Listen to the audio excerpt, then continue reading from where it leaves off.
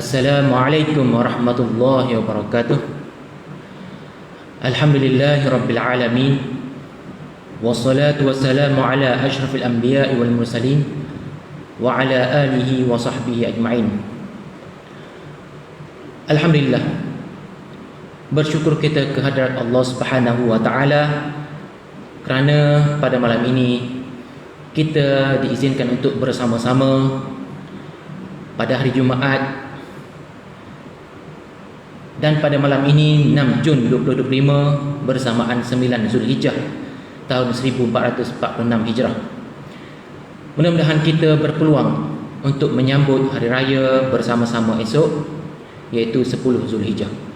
Alhamdulillah, umat Islam telah pun berpuasa pada hari ini, yang merupakan pahala yang berlipat ganda daripada Allah Subhanahu wa taala, iaitu Allah Subhanahu wa taala mengampuni dosa yang sebelum, setahun yang sebelum dan setahun yang selepas.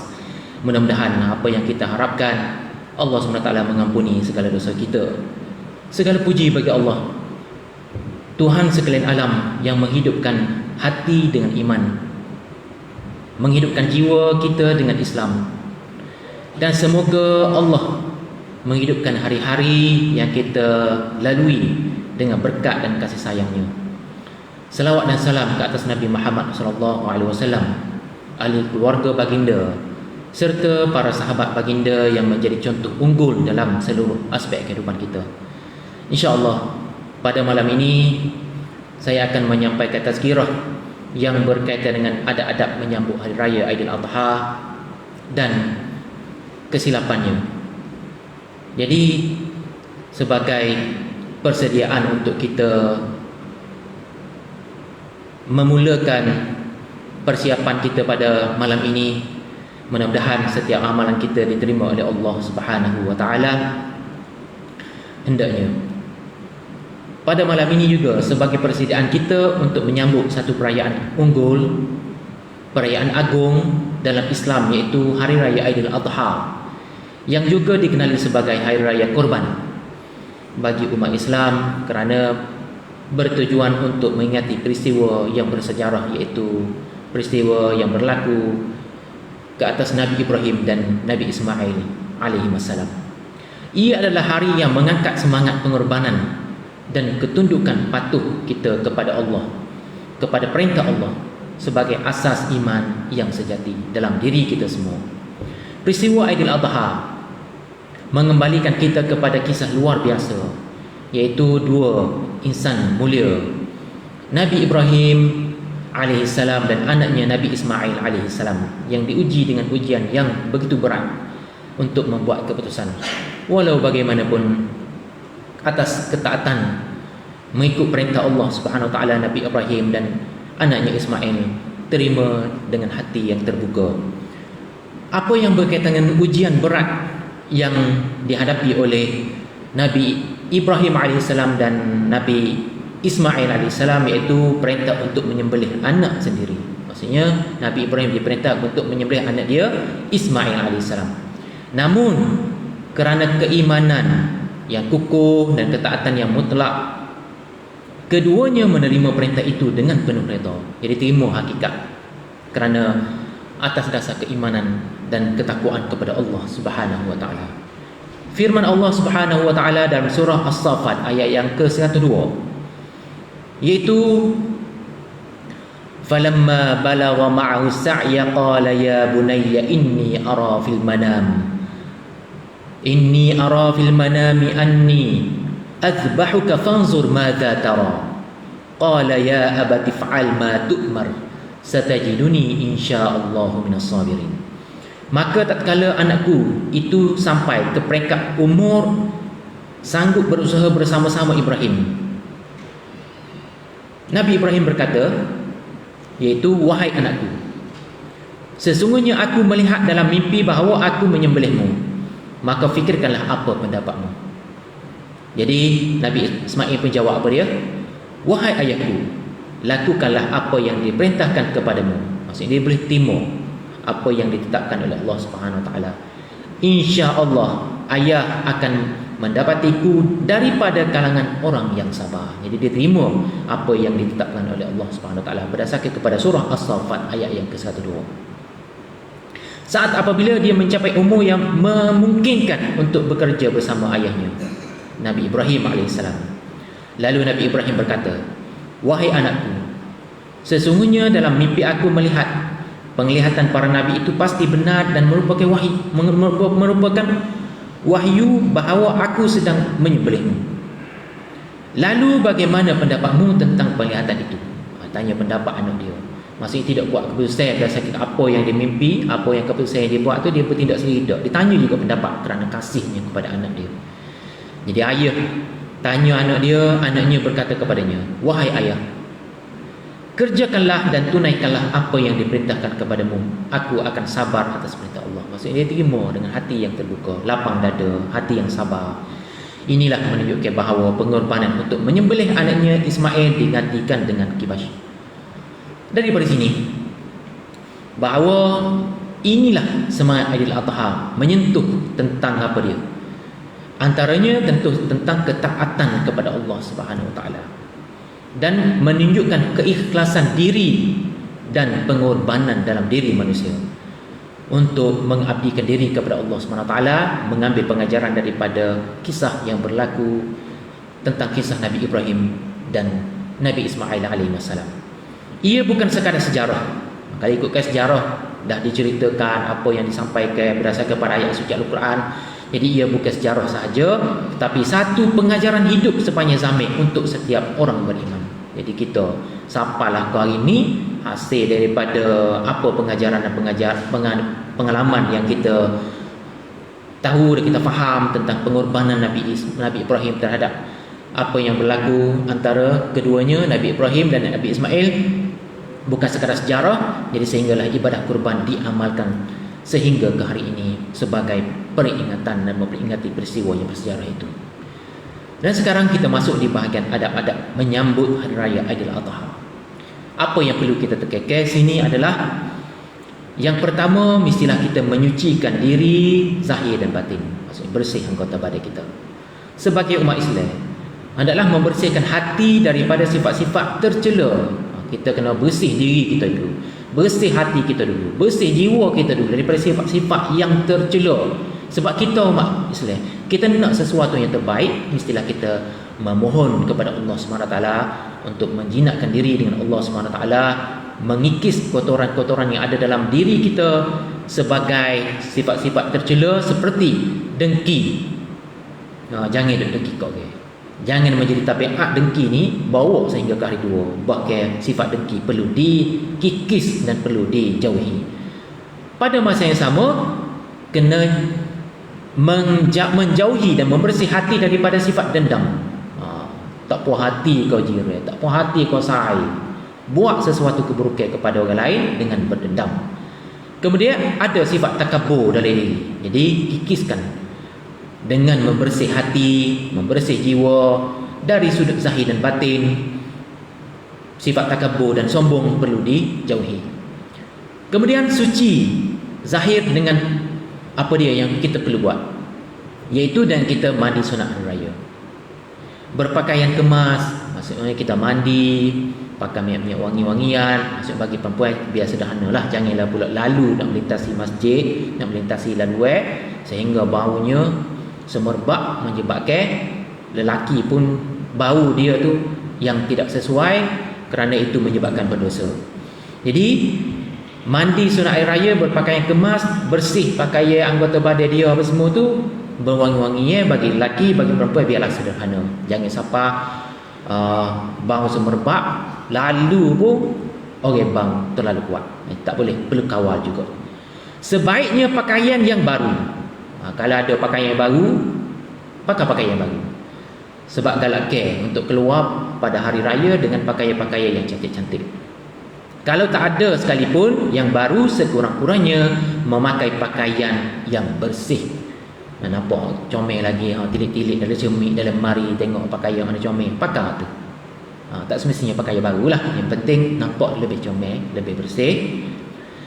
Berdasarkan kepada apa yang disampaikan daripada Abu Hurairah radhiyallahu anhu, bahawa Rasulullah sallallahu alaihi wasallam bersabda, "Inna Allah la yanzuru ila suwarikum wala ila amwalikum walakin yanzuru ila qulubikum wa a'malikum." Sesungguhnya Allah tidak melihat kepada rupa paras kamu. Pada rupa paras tak tengok. Yang tengoknya dalaman diri kita. Dan harta benda kamu Allah tak tengok juga. Kaya kau, banyak kau, miskin kau macam mana, Allah tak tengok situ dulu. Tetapi dia melihat kepada hati kamu dan amalan kamu. Maksudnya sebagai persediaan kita, kita bertakwa kepada Allah SWT, tingkatkan amal soleh kita dengan beribadat kepada Allah dengan sebaik yang mungkin, dengan hati yang ikhlas. Mudah-mudahan hati kita yang ikhlas itu Allah melihat dengan amalan kita, mendapat ganjaran pahala. Nah, itulah yang sebut tadi, kalau ada pakaian baru, pakaian baru. Kalau tak ada, cari macam mana. Sebab Allah melihat hati kita. Nak mari beribadat kepada Allah SWT, biarlah dengan hati yang ikhlas. Bukan nak menunjuk pakaian-pakaian comel-comel kepada orang lain. Tak. Bukan nak jadi satu kembang goeh. Kemudian yang kedua, hidupkan malam dan pagi Aidil Adha dengan zikir dan ibadat. Zikir dengan ibadat, iaitu dengan cara lagu mana? Kita menghidupkan malam menjelang Hari Raya Aidil Adha, ataupun kita bertakbir pada petang lagi. Alhamdulillah, maksudnya kita dah mula bertakbir. Kita juga bertahmid, memuji Allah SWT. Alhamdulillah, Allahu Akbar, Alhamdulillah. Dan kita bertahlil, La ilaha illallah. Dan juga kita berdoa kepada Allah SWT. Kita juga perlu perbanyakkan amalan seperti membaca Al-Quran dan solat sunat. Jadi peluang masih ada lagi. Rebutlah peluang yang ada ini, sebab janji seperti mana yang disebut dan dinyatakan oleh Rasulullah SAW, iaitu 10 hari awal Zulhijjah. Maksudnya kita esok ada lagi sehari. Jadi rebutlah peluang yang ada ni untuk kita melaksanakan dan buat amalan-amalan yang terbaik untuk meraih ganjaran pahala untuk diri kita, bukan untuk orang lain. Pada masa yang sama, kita juga berdoa untuk diri kita, untuk anak-anak kita, untuk isteri, untuk keluarga, kemudian kepada saudara mara kita, keluarga yang terdekat kita, sahabat-sahabat kita dan umat Islam semua. Perbanyakkan amalan seperti membaca Al-Quran dan solat sunat. Firman Allah Subhanahu wa taala, "Walitukabbirullaha 'ala ma hadakum wa la'allakum tashkurun." Dan hendaklah kamu mengagungkan Allah atas petunjuknya yang diberikan kepada kamu supaya kamu bersyukur. Jadi kita puji Allah, kita berzikir, kita beribadat kepada Allah SWT, tujuannya untuk mengagungkan Allah yang Maha Esa. Dengan kita memerlukan petunjuk dan hidayah daripada Allah SWT. Mudah-mudahan Allah memberikan kepada kita hidayah tersebut. Amal ibadat yang kita buat yang terbaik, yang dengan kesungguhan kita, mudah-mudahan sebagai tanda kita bersyukur pada Allah SWT, kita laksanakan apa yang diperintahkan oleh Allah SWT. Ini berdasarkan pada ayat ini diambil daripada surah Al-Baqarah ayat yang ke-185. Manakala yang ketiga, mendirikan solat sunat hari raya dan mendengar khutbah. Jadi para jemaah, para peserta sekalian, para jemaah yang mengikuti kuliah pada malam ini, mudah-mudahan buat persiapan awal, esok mandi awal, buat persiapan baju, gosok-gosok malam ni lalu. Jadi apa-apa yang kena masuk apa semua tu janganlah pula siapa tak ada nak mari semaya hari raya. Kemudian mendirikan solat sunat hari raya dan mendengar khutbah. Biarlah kita duduk di masjid, sempat mendengar khutbah, sempat solat hari raya dan kita mendengar khutbah. Jangan lorak nak turun. Duduk dulu, mudah-mudahan kita mendapat ganjaran pahala. Kita mendengar khutbah, kita semaya sunat hari raya berjemaah, itulah merupakan sesuatu yang digalakkan, sangat dituntut dalam Islam. Solat sunat Aidil Adha sangat dituntut dan disunatkan untuk hadir secara berjamaah dengan mendengar khutbah, selepasnya sebagai peringatan dan motivasi rohani manusia. Maksudnya motivasi rohani dalam diri kita. Kalau orang tak peringat ke kita, siapa nak peringat? Kalau guru tak peringat kepada pelajar, siapa nak peringat? Kalau khatib tidak peringat kepada jemaah, siapa nak peringat? Jadi daripada situ, datanglah ke masjid awal dalam keadaan bersedia untuk mendengar khutbah dan solat berjamaah hari raya bersama-sama. Solat berjamaah hari raya Adha, solat hari raya Adha bersama-sama dengan melaksanakan apa yang dituntut. Jadi sunat untuk hadir secara berjamaah dan mendengar khutbah selepasnya sebagai peringatan dan motivasi rohani manusia, motivasi dalam diri kita, rohani dan jasmani kita, untuk mendidik jiwa kita menjadi insan yang bertakwa. Mudah-mudahan dengan cara begitu sebagai peringatan kepada kita, kita dapat meningkatkan lagi amal soleh kita, insya-Allah. Manakala yang keempat, melaksanakan ibadah kurban dengan ikhlas. Jangan pula duit banyak tunjuk kepada orang berkorban setiap tahun tapi tidak ikhlas. Jangan, itu merupakan satu kesilapan. Melaksanakan ibadah yang perlu dilakukan adalah ibadah kurban dengan ikhlas, buat kerana Allah. Aidil Adha dikenali sebagai hari raya kurban. Ia adalah syiar Islam yang sangat mulia. Laksanakanlah kurban kerana Allah semata-mata, bukan kerana adat ataupun riak. Jangan kerana sesuatu yang lain. Jangan kerana nak menunjuk. Begitu juga dalam ibadat kita, kita semaya bukan nak menunjuk kepada orang lain, tapi kita buat yang terbaik kerana Allah SWT. Orang nak kata, biar orang kata. Jadi begitulah ibarat seperti kita berkorban, biarlah kerana Allah, ikhlas dalam hati kita, atas dasar tanda kita bersyukur kepada Allah Subhanahu Wa Taala dan mengingati peristiwa yang berlaku tentang kisah Nabi Ibrahim dan Nabi Ismail alaihi wasallam. Firman Allah Subhanahu Wa Taala, "Lan yanalallahu luhumuha wala dima'uha, walakin yanaluhu taqwa minkum.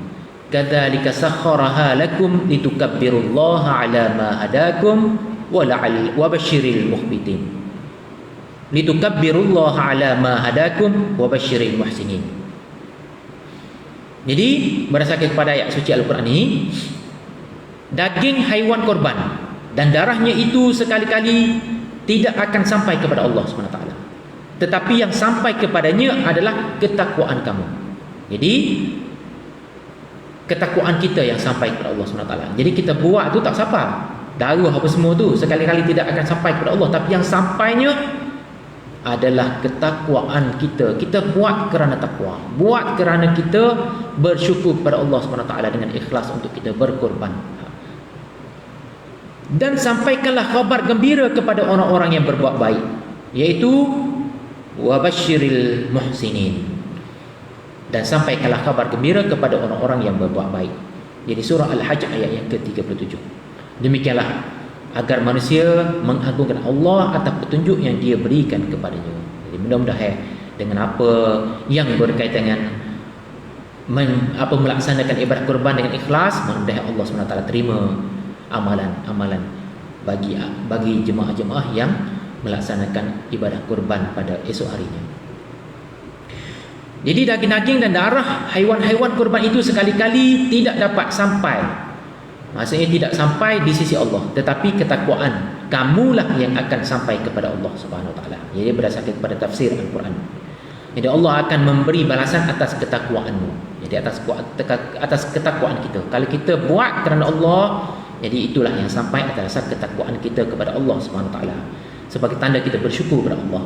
Dan ketakutanmu kepada Allah dengan menjalankan amal soleh dengan keimanan. Jadi penuh keimanan kita, mengharapkan ganjaran dan pahala daripada Allah Subhanahu Wa Taala.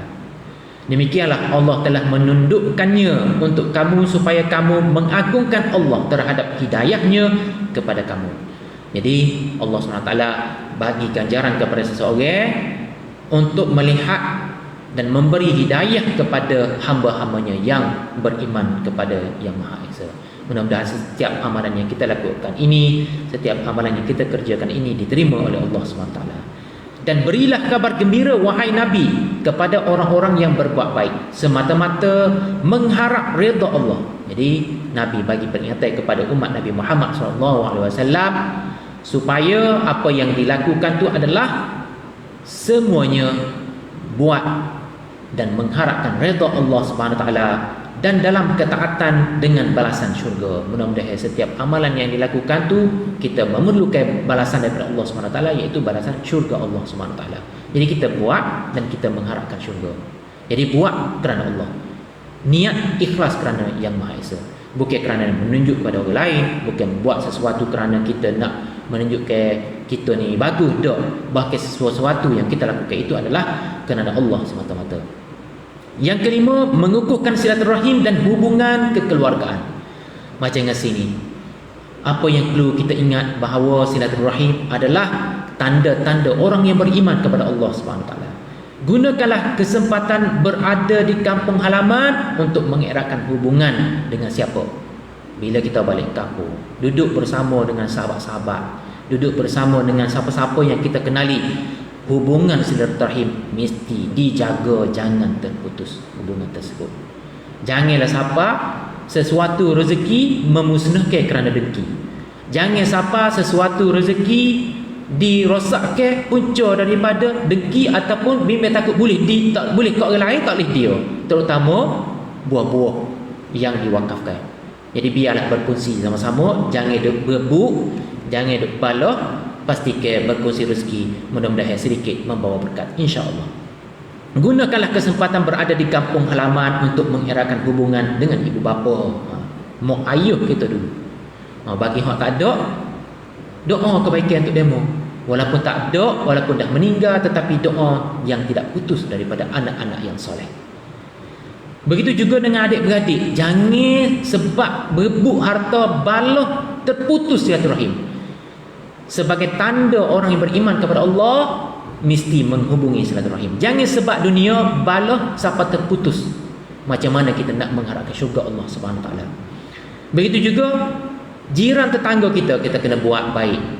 Sebagai tanda orang yang beriman kepada Allah juga, sebagai tanda seseorang beriman kepada hari akhirat juga, mesti hidup dengan jiran tetangga dengan cara yang baik, menghormati mereka, mereka juga perlu menghormati kita semua, dan sahabat handai kita perlu kita layani mereka dengan baik.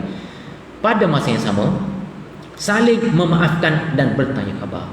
Kita kena minta maaf kalau ada salah silap, tanya khabar kalau lama tak jumpa. Jadi mudah-mudahan apa yang kita lakukan ini mendapat pahala daripada Allah SWT, dan kita perbetulkan kesilapan kita yang lalu. Daripada Anas bin Malik, man sarrahu yubsatu alaihi rizquh au yunsa'u fi atharihi falyasil rahimah. Hadis sahih Muslim, nombor hadis 2557. Jadi hadis yang diriwayatkan daripada Anas bahawa Rasulullah SAW bersabda, barang siapa yang ingin dilapangkan rezekinya dan dipanjangkan umurnya, maksudnya panjang umur dalam kebaikan, katalah umur dia 60 tahun, 70 tahun, tapi kebaikan dia buat tu lebih banyak daripada tempoh yang dia hidup. Contohnya mungkin 60 tahun tu kebaikan, 10 tahun yang ada kesilapan-kesilapan dia, dengan cara dia perbetulkan diri dengan bertaubat kepada Allah SWT sebagai contoh, kebaikan lebih banyak daripada keburukan. Daripada sini rezekinya dan dipanjangkan umurnya, maka adalah dia menyambung silaturahim. Maksudnya sini silaturahim tak diputus antara satu sama lain. Dengan keluarga kita, dengan mak ayah kita, comel huduh pun kena buat baik kepada mak ayah kita. Kesilapan-kesilapan apa-apa tu nak buat macam mana, sebab mak ayah pun manusia. Jadi janganlah pula siapa tak pergi mari dengan mak ayah. Sedekah kita kena ingat, bimbang takut balasan ditimpa secara tunai, kata secara direct, secara atas dunia ni lagi. Allah SWT bagi balasan kepada anak-anak durhaka kerana tidak mentaati kedua ibu bapanya, sampai jenguk mak ayah bedok. Jangan. Perlu perbaiki diri sendiri, bimbang takut nanti anak-anak generasi, terutamanya dia mempunyai anak, disebabkan perbuatan yang berlaku kepada mak ayah dia, takut jaki ke anak dia buat seperti mana yang berlaku ke atas diri mak ayah dia yang dilakukan itu, ke atas diri dia pula. Ini tak jauhlah daripada perkara yang sedemikian. Jadi setiap kesilapan yang lalu tu sama-samalah memohon maaf. Yang keenam, menyantuni golongan yang memerlukan. Aidil Adha bukan hanya untuk kita bergembira, bukan nak seronok-seronok saja. Jadi jangan menyalahi kesilapan-kesilapan dalam masa meraihkan hari raya Aidil Adha, termasuk hari raya Aidilfitri. Jadi sesungguhnya hari ini dia ambil kesempatan dengan hiburan, ambil kesempatan dengan sesuatu yang leka dan lara. Jadi kita kena perbaiki dan perlu mengingati saudara mara kita kiranya ada berlaku sedemikian. Jadi yang keenam, menyantuni golongan yang memerlukan. Aidil Adha bukan hanya untuk kita bergembira, tetapi masa terbaik untuk menyantuni anak-anak yatim. Kita buat baik kepada anak yatim. Kalau haji tak ada anak yatim, buat baik kepada anak yatim. Kiranya ada fakir miskin, kita buat baik kepada fakir miskin. Contohnya bagi seseorang itu yang menyembelih lembu, berkorban, buat korban tahun ni.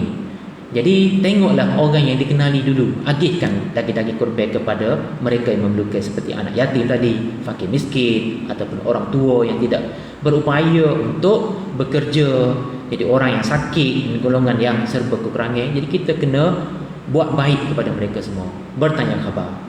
Jadi berdasarkan kepada hadis Jabir bin Abdullah,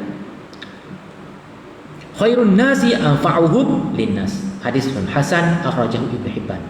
Jadi hadis yang diriwayatkan daripada Jabir bin Abdullah bahawa Rasulullah SAW bersabda, sebaik-baik manusia adalah yang paling bermanfaat kepada orang lain. Jadi kalau kita mampu, kita buat baik.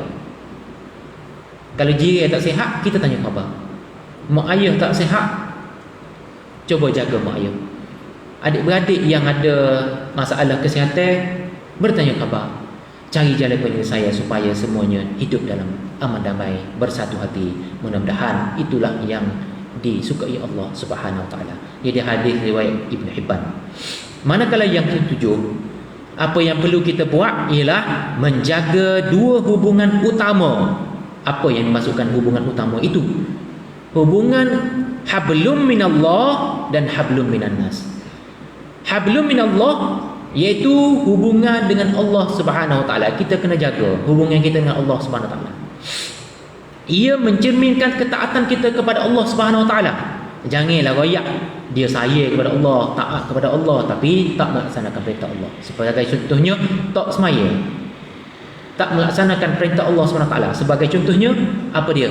Allah Subhanahu Wa Taala syariat kepada lelaki menutup aurat antara pusat dan lutut. Jadi kena tutup. Bagi perempuan perlu memakai tudung, tidak boleh nampak rambut, tidak boleh nampak leher dia. Jadi kena tutup. Jadi melabuhkan pakaian bawah daripada paras dada. Jadi itulah yang kita perlu jaga, kerana ia mencerminkan ketaatan kepada Allah Subhanahu Wa Taala sebagai bukti keimanan dan pengabdian sepenuhnya kepada Tuhan. Janganlah pula royak. Awak jangan tengok kepada pakaian saya, tetapi tengok kepada hati saya. Macam mana kita nak tahu hati seseorang? Hanya kita boleh lihat kepada pandangan yang zahir. Jadi daripada situlah, daripada yang zahir itu kita cuba perbaiki, kita jaga pemakaian kita, kehidupan kita. Mudah-mudahan apa yang kita menzahirkan dengan sesuatu yang zahir itu terbukti dalam sesuatu yang tersembunyi. Jadi sebagai contohnya, menunaikan solat 5 waktu dan khusyuk, apa yang perlu kita lakukan sebagai mencerminkan ketaatan kita, keimanan kita dan pengabdian diri kepada kita, iaitu sebagai contohnya amalan hablum minallah, menunaikan solat 5 waktu dengan khusyuk, membaca dan menghayati Al-Quran dengan sebaiknya, dengan tadabbur, dengan memahami Al-Quran dan mengikuti kuliah-kuliah tafsir. Kemudian kita berdoa dan bertawakal kepada Allah Subhanahu Wa Taala. Kita doa, kita tawakal. Kita usaha dulu. Jangan pula tawakal lah, tapi usahanya tak. Berdoa dulu, jangan bertawakal dulu. Kita doa dulu, kemudian kita bertawakal dengan menyerah diri sebulatnya kepada Allah Subhanahu Wa Taala. Apa yang kita lakukan itu, mudah-mudahan amalan yang kita lakukan diterima oleh Allah Subhanahu Wa Taala. Kemudian berzikir dan mengingati Allah dalam setiap keadaan. Kena berzikir. Duk mana dan perjalanan macam mak, contohnya ayuh daripada pondok nak mari ke masjid, bela-bela bawa tukar, zikir subhanallah, subhanallah, subhanallah, sebagai contohnya. Itulah menunjukkan gambaran dalam kehidupan kita. Kita tak kira di mana-mana sahaja, bila kita ingat kepada Allah, kita berzikir. Dan bagi yang kita lalai, latih diri supaya mengingati Allah dengan kita berzikir kepada Allah SWT. Jadi berdoa dan bertawakal kepada Allah, dan kita berzikir dan mengingati Allah dalam setiap keadaan, tak kira di mana. Sama ada kita dalam keadaan berjalan, duduk, kita berehat. Jangan banyak buat sesuatu yang sia-sia. Pertama-tama pula ni adalah dalam tempoh masa yang mulia ini, rebutlah peluang untuk kita melakukan perbuatan yang baik. Kemudian melaksanakan ibadah puasa. Alhamdulillah, hari ini telah pun umat-umat Islam berpuasa pada hari Arafah, dan pada masa yang sama jangan lupa mengeluarkan zakat, haji dan lain-lain dengan ikhlas. Bagi orang yang mampu kena menunaikan haji. Duit ada banyak tapi duk main tangguh-tangguh, itu menyebabkan berdosa.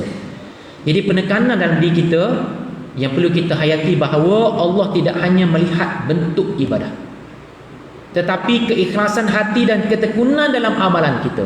Jangan tengok, maksudnya tengok orang itu semaya ibadat, rokok, bangun, sujud apa semua, tapi yang zahir, hatinya tak tahu lagi lagu mana. Tetapi yang sekarang ni sebagai peringatan kita, biarlah ibadat kita ni ikhlas kerana Allah SWT dengan penuh tekun dalam amalan kita, sebab hubungan ini merupakan asas kepada kekuatan iman seseorang. Jadi Allah tengok dalam hati kita, melihat amalan kita. Kemudian kita beralih ke hablum minan nas, iaitu hubungan dengan manusia. Ia merujuk kepada hubungan sesama manusia.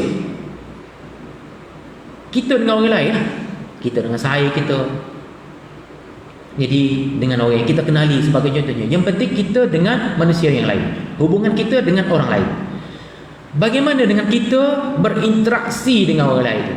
Hubungan kita, komunikasi kita, mulut lezor kau lagu mana, saya tersinggung semua kau lagu mana. Jadi kena jaga, perbaiki watak kita, mulut kita, jangan jadi mulut, istilah orang kata-kata, jangan jadi mulut celupa, gitu senang deh.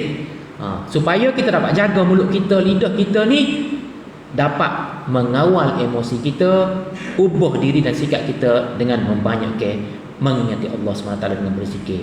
Yang itulah orangnya kita sebut, tetapi berat di segi timbangan di sisi Allah SWT, dan dijadikan kita sebagai akhlak yang mulia, akhlak yang baik, adab yang mulia, bermuamalah dengan orang lain dengan muamalah yang baik, supaya orang tak tersinggung.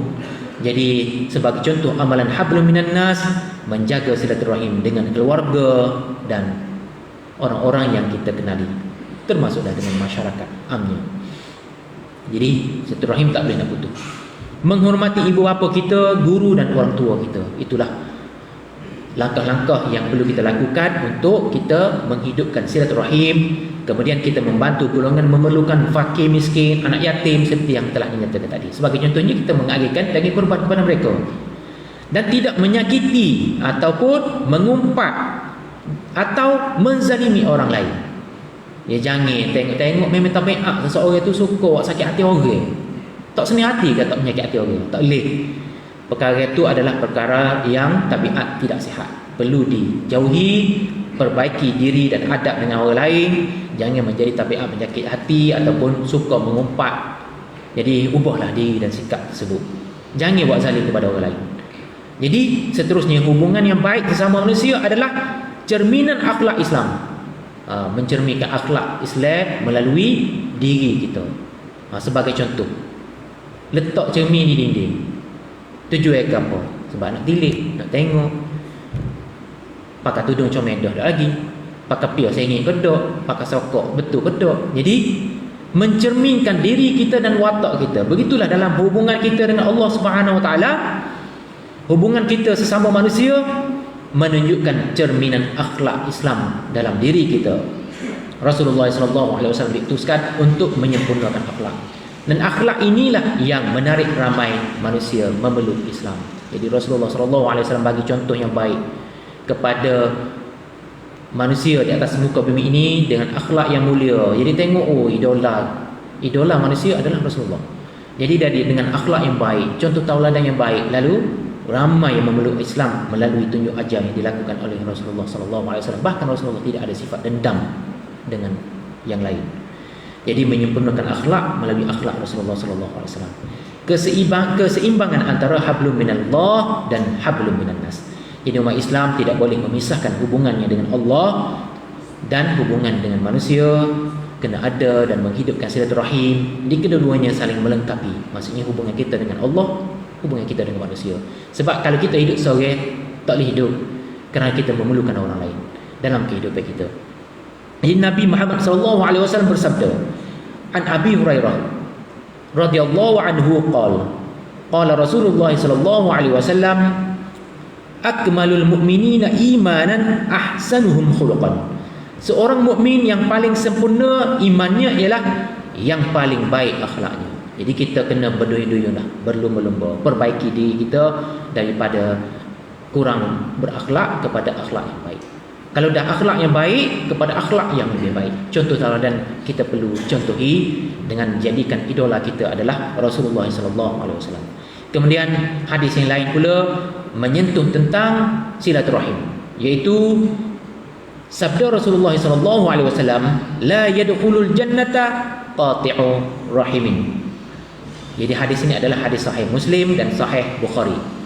Maksudnya tidak akan masuk syurga orang yang memutuskan silaturahim. Hak ni yang paling kita takut. Putus silaturahim wak bala siapa kau mati. Hak tu kita paling takut. Jadi kalaulah kita sebagai manusia yang boleh memaafkan orang lain, itulah jalan dan cara yang terbaik. Kiranya ada yang perselisihan pendapat, jadi boleh juga kita dia sebagai pengajaran. Bukan berarti kita dia nak balas dengan dia, tak. Sebagai pengajaran supaya dia berfikir apakah kesilapan yang dia lakukan itu.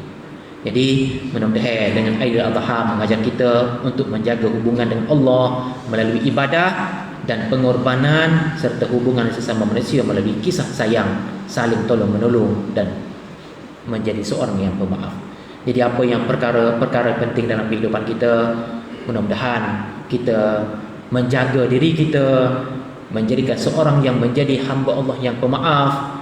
Kemudian kiranya ada kesilapan-kesilapan daripada saudara mara kita, sahabat kita, kenalan kita, kita tegur dia dengan cara yang baik, bukan cara untuk berbalah ataupun kita diam atas dasar untuk memberi pengajaran supaya dia berhati-hati dan tidak mengulangi kesilapan-kesilapan yang lalu. Mudah-mudahan kita mendapat rahmat daripada Allah SWT. Dan sekarang kita masuk sikit lagi, iaitu berkaitan dengan kesilapan adab Hari Raya Aidil Adha.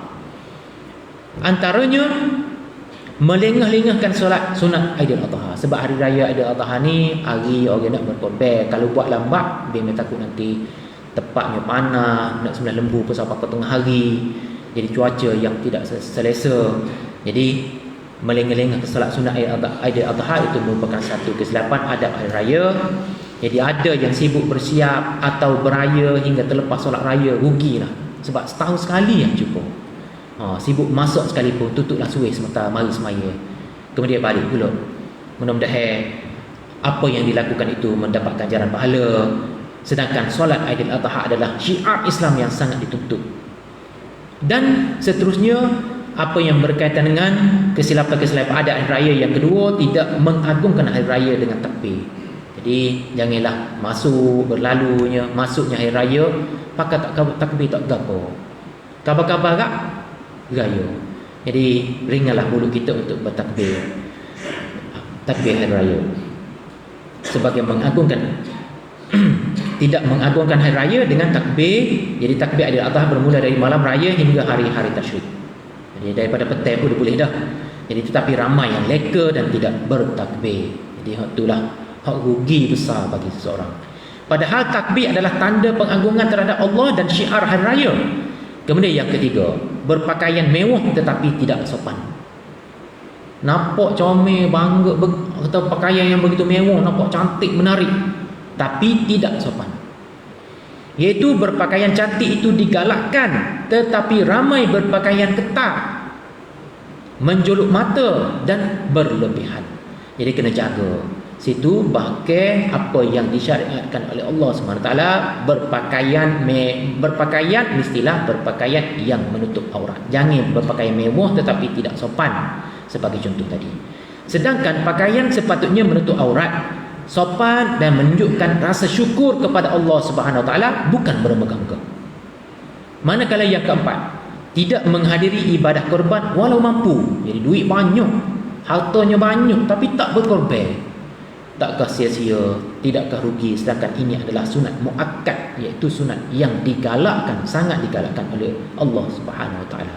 Dan kita menghidupkan sunnah yang diajar oleh Rasulullah SAW. Ada yang lebih rela berbelanja untuk hal remeh. Maksudnya sini hak ruginya duit banyak tapi sibuk dengan benda-benda yang remeh. Korban tak sih, tapi hak remeh tu yang diambil kira. Sebagai contoh, beli bagai perabot. Kita ni nak buai dah lama-lama sebab duit banyak, contohnya tukar hak baru tapi korbannya tak. Kemudian beli pakaian-pakaian yang mewah-mewah, korbannya tak, tak sedekah dia mampu. Kemudian tukar handphone baru tetapi tidak mahu berkorban. betapa ruginya dalam diri seseorang itu. Sedangkan pahala untuk dirinya bukan hanya untuk orang lain. Sedangkan ibadah korban sangat besar pahalanya dan tanda ketakwaan dan kecintaannya kepada Allah Subhanahu Wa Taala. Manakala yang seterusnya iaitu yang kelima, menganggap Aidil Adha hanya untuk mereka yang pergi haji sahaja. Janganlah begitu. Siapa tak mari semaya, siapa yang duduk kat rumah tidur bangun sedar-sedar Zuhur dia sebab cuti, semaya hari raya pun tak mari, ibadat korban pun tak buat, kau duk main dengar lagu di rumah. Betapa ruginya. Itu merupakan kesilapan yang dilakukan mengenai dengan Aidil Adha. Ada yang sambut ala kadar kerana menyangka hari raya ini bukan untuk semua. Sedangkan Aidil Adha adalah untuk seluruh umat Islam, bukan hanya jemaah haji sahaja. Jadi jangan ubah persepsi, maksudnya ini Aidil Adha adalah untuk semua. Kalau kita tak pergi sekalipun, kita sambut Aidil Adha di tempat kita. Seterusnya, yang keenam, tidak menghormati waktu penyembelihan korban. Ada yang menyembelih sebelum waktunya, sebelum solat raya. Tak jadi. Atau tanpa adab syarak.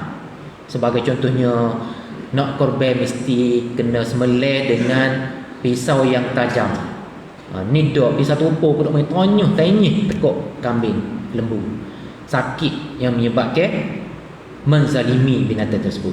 Sedangkan waktu korban bermula dan seterusnya, iaitu apa yang berkaitan dengan menyembelih sebelum waktunya ataupun tanpa ada syarak, ada apa dia?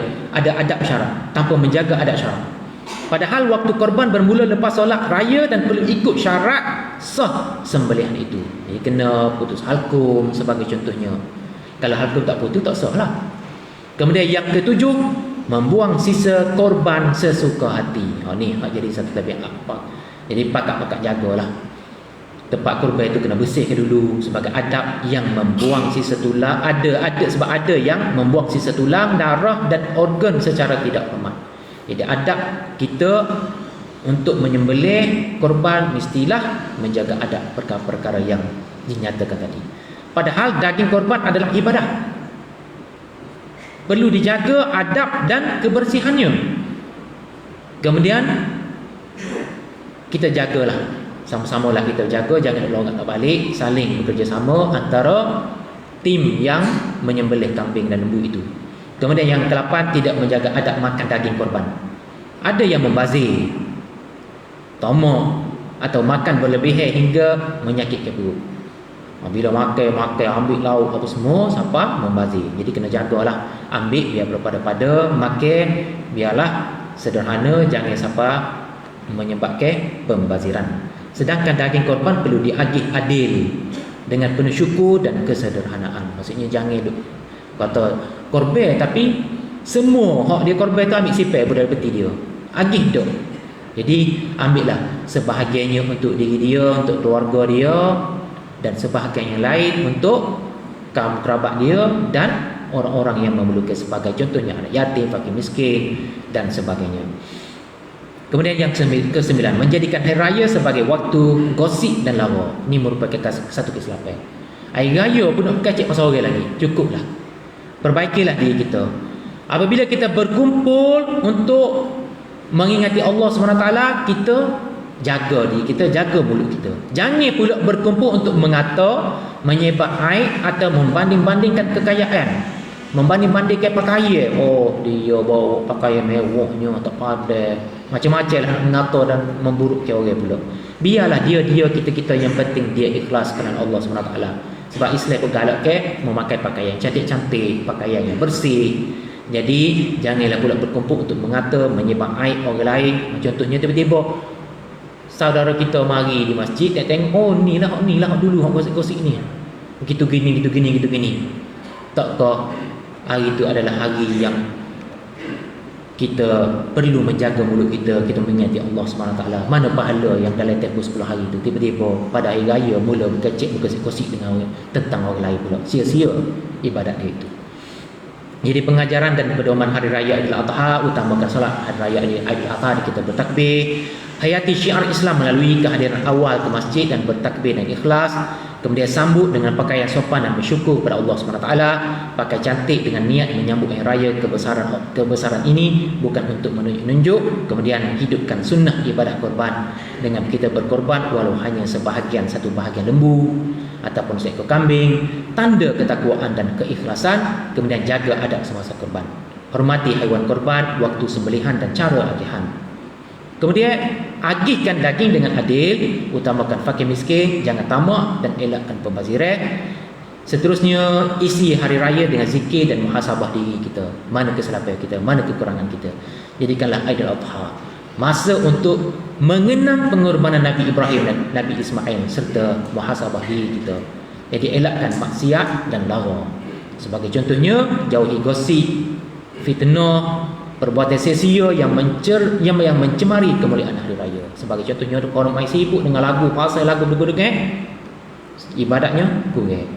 Jadi itulah antara yang perlu kita jaga tentang kesilapan-kesilapan yang kita perlu jaga. Jadi sesuatu yang perlu kita lakukan, pengajaran dan pedoman yang disentuh tadi mudah-mudahan dapat memberi manfaat kepada kita semua. Dan seterusnya, sebagai yang terakhir, Islam juga menggalakkan kita memohon maaf.